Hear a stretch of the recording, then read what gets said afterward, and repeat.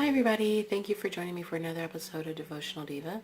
My name is Makeup Dr. Sheree, and today is October the 16th, and I was just wanted to come to talk to you about what are you thinking. And the more I'm reading and getting into the Word, the more I realize that it is, like Joyce Meyer's book says, a battlefield of the mind. Before I get started, let me recite Psalms 19:14, which reads, May the words of my heart and this meditation, may the words of my mouth and this meditation of my heart be pleasing in your sight, Lord, my rock, my redeemer. And I try to say that each time before I get started to remind myself it's for the Lord's will I do this and not my own. So like I said, it is a battlefield of the mind, like Joyce Meyer says. And it's easy. It's just been been an exhausting kind of week. But the Lord is still blessing. You guys pray for my mom. She was just in an accident recently, and we were up at all of us came together, my sister, my brother-in-law, the kids. We all took her to the emergency room and stayed with her there until we got home. And she's just kind of trying to take it easy. But just pray that there aren't any long-term effects from that. So, the verse I have for today is 2 Corinthians 10:5, and I'm going to read the King James Version and the New International Version would say.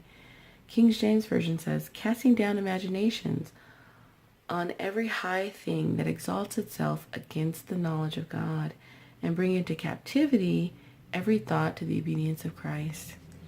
And the New International Version reads, we demolish arguments and every pretense that sets itself up against the knowledge of God, and we take captive every thought to make it obedience to Christ.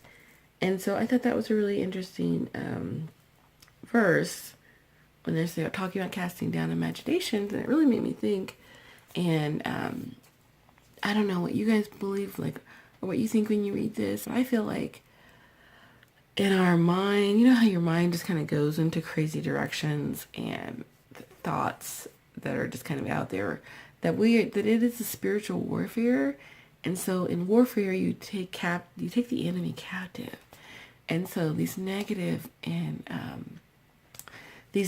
thoughts are what you need to take captive and be like, no, I'm not going to let you run free in my mind. I am going to take you captive and bring everything in obedience to God. Just think positive thoughts. Think thoughts about keep your mind on God, keep your mind on joy, being thankful, that sort of thing. So I really like that verse. And I don't know why my eyes are watering all of a sudden. I think I'm just tired. Like I said, it's been a long week. A lot of stuff going on.